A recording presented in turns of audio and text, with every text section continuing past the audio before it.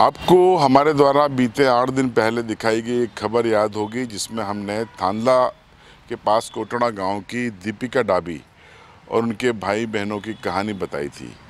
कैसे गुजरात में काम करने के दौरान उनकी मजदूरी बिचौलिया खा गया। वो मजदूरी जो उन्होंने अपनी फ़ीस जमा करने के उद्देश्य से जुटाई थी, पसीना बहाया था। इस खबर के बाद झाबुआ के एसपी पद्मलोचन शुक्ला ने मामले में संज्ञान लिया। सबसे पहले उन्होंने देखिए आप परिवार को बुलाया, उनसे बातचीत की, संवाद किया। और जो बड़ी बेटी है परिवार की दीपिका डाबी, उसकी इच्छा नर्सिंग में प्रवेश करने की थी, नर्सिंग कॉलेज में बीएससी नर्सिंग। तो उसका प्रवेश पुलिस ने सुनिश्चित करवाया। ये उस वक्त की तस्वीर है जब एसपी उनसे बात कर रहे हैं। और प्रवेश सुनिश्चित होने के बाद जो उसकी मजदूरी का पैसा है, वो गुजरात के अनाज का एक शख्स बिचौलिया जो है वो डकार गया था।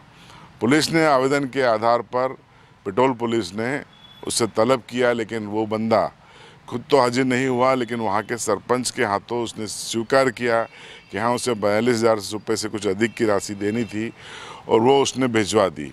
ये पिटोल चौकी की तस्वीरें हम आपको बता रहे हैं, जब पिटोल पुलिस ने, जो चौकी प्रभारी अशोक बघेल हैं, उन्होंने उनकी मौजूदगी में जो अनाज गांव का सरपंच है, वो जो प्रतिनिधि है बिचौलिए का, वो पूरी की पूरी राशि दीपिका डाबी और उनके परिवार को सौंप रहा है।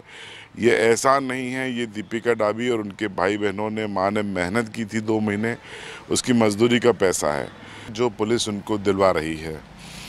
ये पैसा हासिल करने के बाद और जो पैसा दिलवाया पुलिस ने, उसके बाद दीपिका डाबी का क्या कहना है और पुलिस का क्या कहना है, वो भी सुन लीजिए। तो आज आपको ये पुलिस चौकी पिटोल पे जो पेमेंट करने आए हैं, ये किस चीज का है?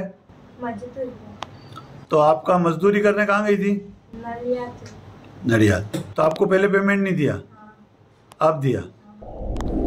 ये आज से करीबन 3-4 दिन पहले दीपिका पिता नीलेश डाबी निवासी कोटड़ा, जो कि थांदला क्षेत्र के अंतर्गत आता है, और एक न्यूज़ वायरल हुई थी जिसमें ये खबर आई थी कि उसकी जो पढ़ाई के लिए वो मजदूरी के लिए गई थी और उसको जो मजदूरी है वो जिसके अंडर में काम कर रहे थे उन्होंने नहीं दी।